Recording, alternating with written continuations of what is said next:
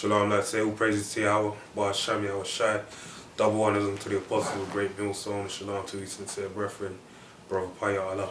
Come with another video on the Proverb 4 and 23. Okay, so I'm gonna start off there. I'm actually gonna read down to 27, but I'm gonna go back to 23 afterwards. This is Proverbs 4:23. Keep thy heart with all diligence, for out of it are the issues of life. Put away from thee a froward mouth, and preserve thy lips. And preserve lips put far from thee. Let thine eyes look right on, and let thine eyelids look straight before thee. Ponder the path of thy feet, and let all thy ways be established. Turn not to the right hand nor the left. Remove thy foot from evil.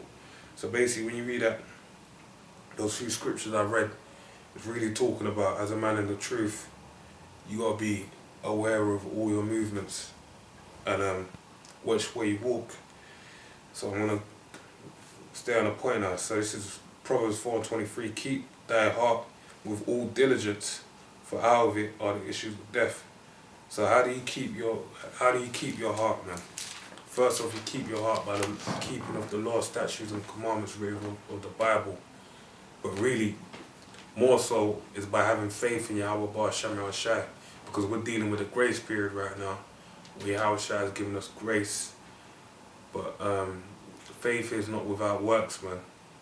The works, as it tells you in James, man, the works establish your faith. So by keeping of the law, establish that you have faith in Yahweh Bar Hashem Yahweh Shai. And that's what we are to do. So I want to read this precept quickly.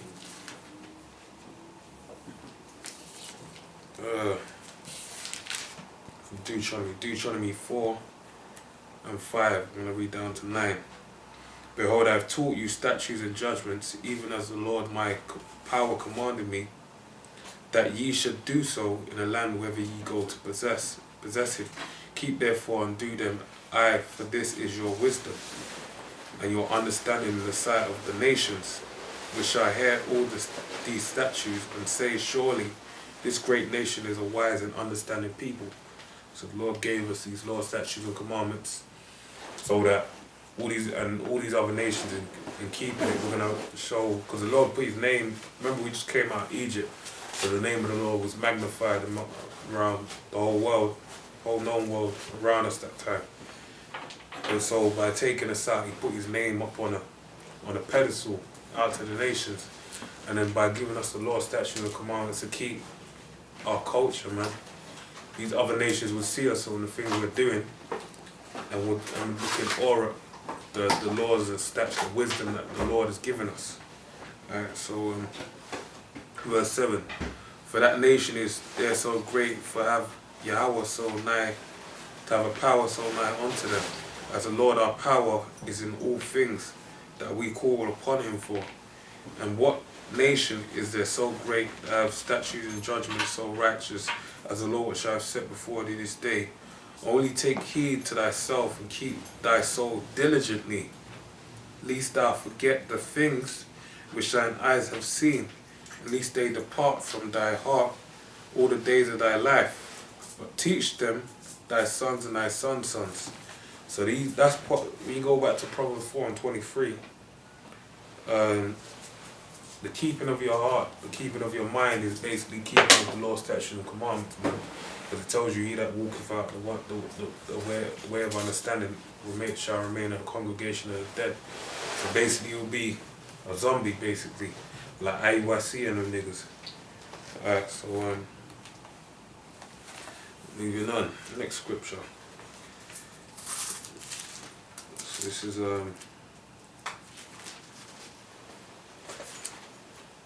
Hebrews 12 and 15. And truly, if they had been mindful of that country from whence they came out, they might have had opportunity. Salakia, wrong scripture.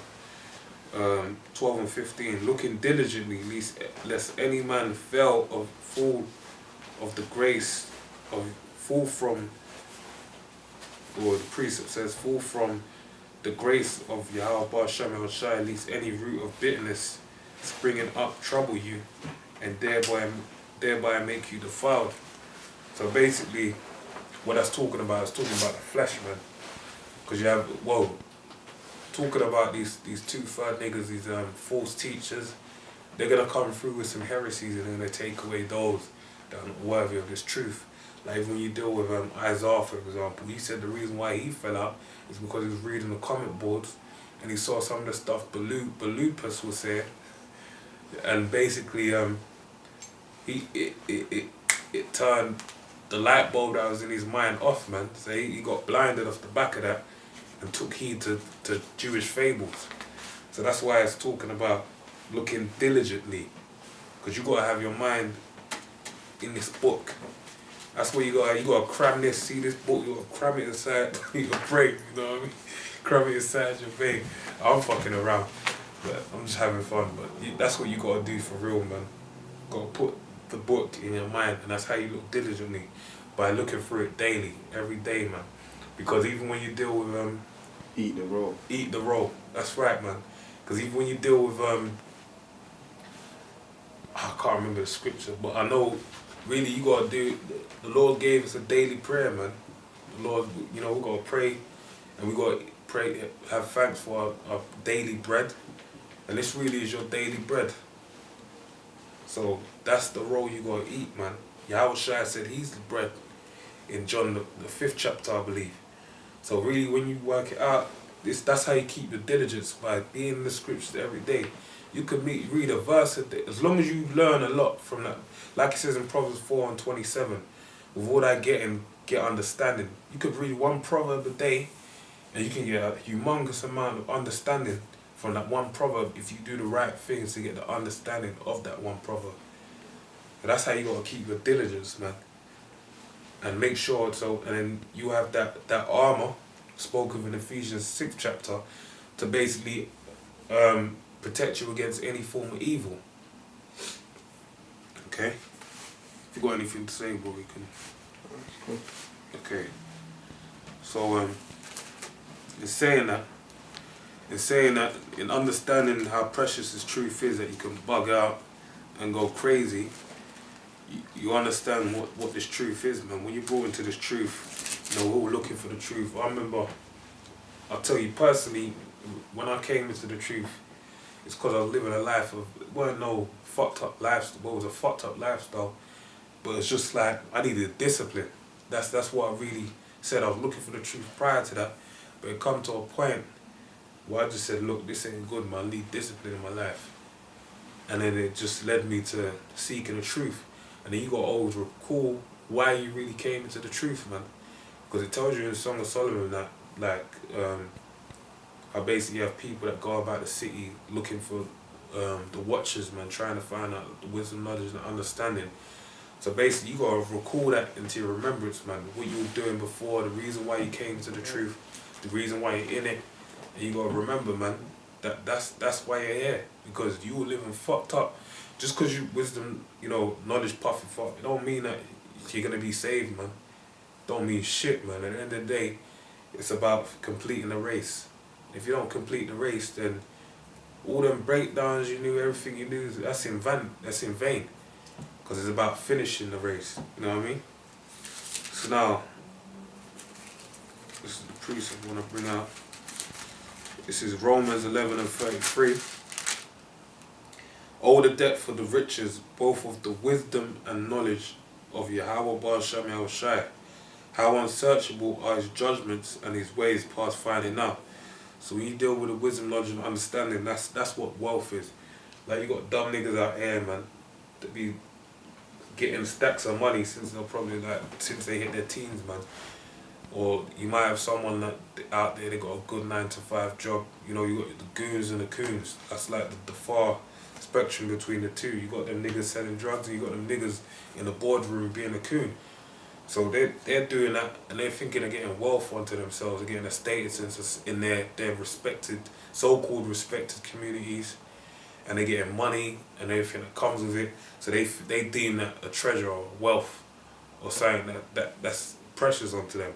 But us dealing with this word, that's what's precious unto us, man. This wisdom, knowledge, and understanding. So, to reiterate the point, oh, the depth of the riches, both of the wisdom and knowledge of Yahweh Bar Shami Shai. How unsearchable are his judgments and his ways past finding out. That's right, because we've been inducted into the mysteries of Yahweh Bar Shami Shai. You know how deep it is you can just tell someone that Yahweh Shai is black? You know how deep it is you can say you know the name of the Lord? Like, you know the fundamental basic things you learn when you come into the truth, saying you're an Israelite. They're deep. That's the depth of the riches. That's barely touching the depths of the sea, man. That's like just dipping your finger in the pool, man, in the living waters. That's just like a dip in the water, but that's how deep it is, man. You know what I mean? So that's because they're unsearchable judgments. So let me get this next one. This is Proverbs 11 and 16. A gracious woman retaineth honor, and strong men retain riches. This ain't no competition. You can squat the most, you can deadlift the most, you can bench the most, you can bang the most pull-ups, you can knock out the most guys back to back in a sparring session, who can run the farthest. This is about a mental fight, enduring to the end. Satan is attacking you from left, right, center, up, down, every other form of movement from on a mental sense, man, through your spirit, man. Because it tells you we live in the flesh, man, so flesh is always trying to get you to do wickedness. And obviously it tells you a righteous man falleth 7 times. But you're gonna fuck up and make little mistakes, but you gotta keep it moving, man, because basically that's just Satan trying to demoralize you from the task at hand. We're gonna fall down, like Rocky Balboa said, man. Ain't how hard you fall down, it's about side to that effect. How hard you fall down, it's about getting up. If you get up, man.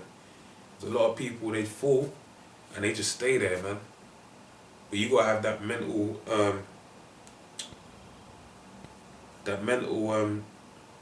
capacity to deal with any form of demons fucking with you, man. So let me read this pretty proverb.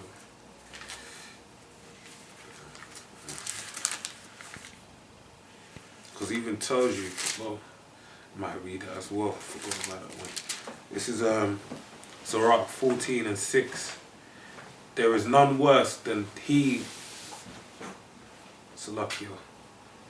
Sorry, 14 and 3. Riches are not comely for a niggard, and what should an envious man do with money? That's right, man. So it tells you about wealth being uncomely to a niggard, man. You ain't that money in the scriptures. It ain't comely to a 2/3 nigger, because they don't see the wealth in it, man, in knowing who they are. In the forthcoming things written in the prophecies of the Bible, they don't deem that as anything worth any weight. Okay. And let me read this one as well.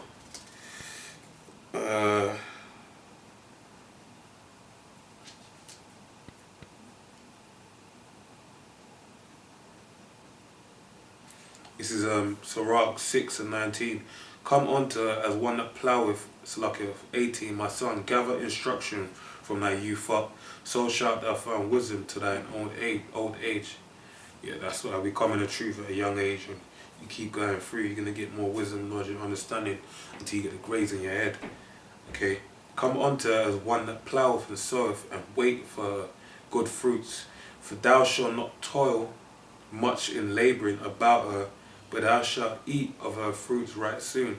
She is very pleasant she is very unpleasant to the unlearned. He that is without understanding will not remain with her. That's that niggard with the riches being uncomely. Alright? She will lie upon him as a mighty stone of trial, and he will cast from him ere it be long.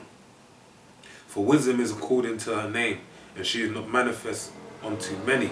Give ear, my son, receive my advice, and refuse not my counsel. And put thy feet into her fetters, and thy neck into her chain. Bow thy shoulder, and bear her, and be not grieved with her bond. Come unto her with thy whole heart, and keep her ways with all thy power. Search and seek, and she shall be made known unto thee. And when thou hast got hold of her, let her not go. For at the last thou shalt find her rest, and that shall be turned into to thy joy. Then shall her fetters be a strong defense for thee, and her chains a robe of glory. For there is a golden ornament upon her, and her bands are purple lace. Then thou shalt put her on as a robe of honor, and shalt put her about thee as a crown of joy. So basically, when you do the wisdom, knowledge, and understanding, it's going to turn into wealth unto you, man. Okay. So now next scripture. Okay. Next scripture.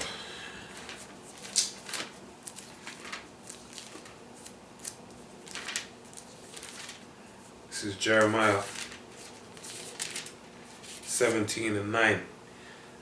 Okay, so it reads, the heart is deceitful above all things and desperately wicked. Who can know it? So your mind, you're leaning onto your own understanding, man, will be a detriment to you, man. Your mind, has mighty powers, man.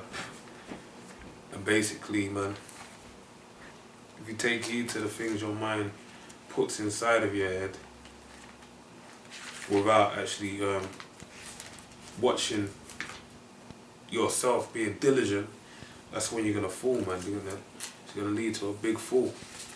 Read this precept quickly. It's Sirach 3:24. For many are deceived by their own vain opinion, and evil suspicion have overthrown their judgment. That's right, man. You have niggas that come up with some bugged out philosophies and start bugging the fuck out, man. So mind you, take care of how you deal with things. Really, it's about getting the milk, sucking at breasts. They talk about babies, how they get breastfed for past the amount of regular years they're meant to be breastfed.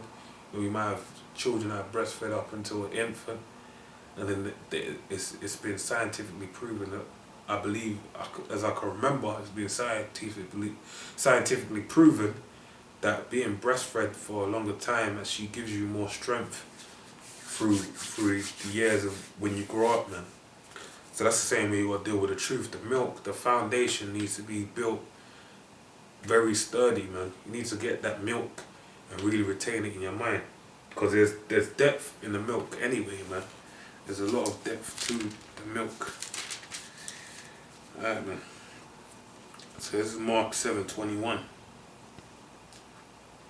For from within, out of the heart of men proceed evil thoughts, adulteries, fornications, murders, thefts, covetousness, wickedness, deceit, lasciviousness, an evil eye, blasphemy, pride, foolishness. All these evil things come from within and defile a man. So that's what's inside your mind, man. Evil. Alright? So let me do my next scripture. Shalom, bro. Yeah. This is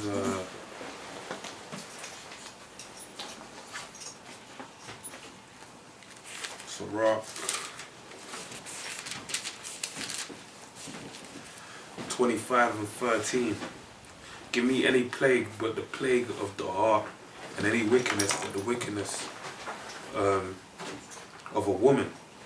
So the main point being, give me any plague but the plague of the heart. Bugging out, that's gonna cause you a fall, a big fall, especially in this time we're in. Because basically, if you bug out now, man, when we go into the kingdom, you're gonna be in everlasting shame and contentment. You're gonna be fucked up in the spirit, knowing that you had the truth and you diverted away into some foolishness, man. So you're plagued in the mind. Okay, so let me get my last scripture. That'll be it. So this is Deuteronomy 30 and 19. I call heaven and earth to record this day against you, that I have set before you life and death, blessing and cursing.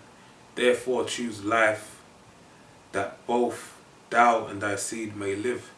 Now what is life? Life is Yahweh B'Hashem Yahushai, man. Trusting, having faith in Yahushai, man. Because he's the only way. He tells you that in John the 8th chapter, that in him is life. So that's the Lord now in this day that we're in. He set life before us, man. Life unto who? The children of Israel, the 12 tribes. To that I'm going to say shalom. All praise to Yahweh, B'Hashem Yahushai. Double honors unto the apostle of great millstone. And shalom to you sincere brethren.